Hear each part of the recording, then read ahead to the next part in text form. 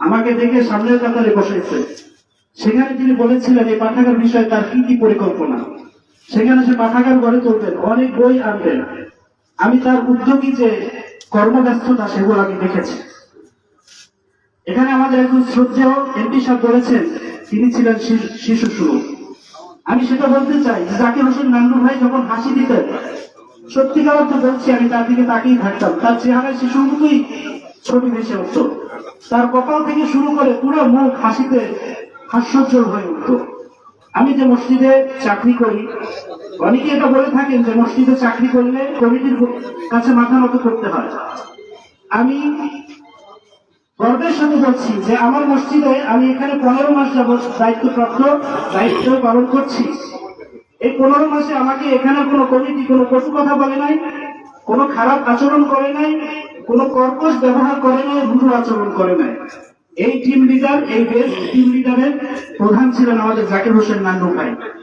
আল্লাহ তাআলার কাছে আমরা তার জন্য দোয়া করব। আপনাদের কাছে অনুরোধ থাকবে, আমি একজন ইমাম সাহেব হয়ে বলছি যে যারা জাকির হোসেন নান্নু ভাইকে ভালোবাসেন, হৃদয়ে জায়গা করে দিয়েছেন, তার জন্য 2 রাকাত নফল নামাজ আদায় করে তার রুহের মাগফিরাতের জন্য দোয়া করবেন।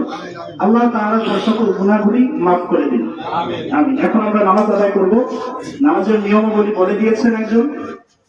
আমরা নিয়ত করব ফরজে কিফায়া জানাজার নামাজ 4 তাকবীরের সহিত কিবলামুখী হয়ে এই ইমামের পিছনে আদায় করছি। আল্লাহু আকবার।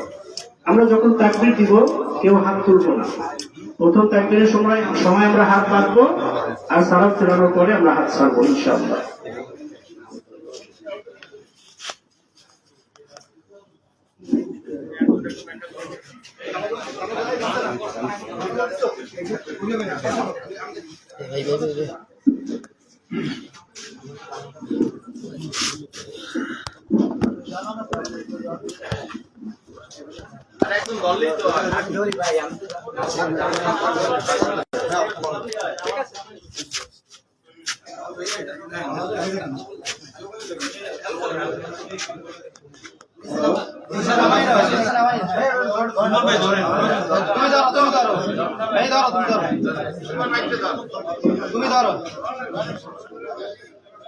নামাজ শুরু হচ্ছে।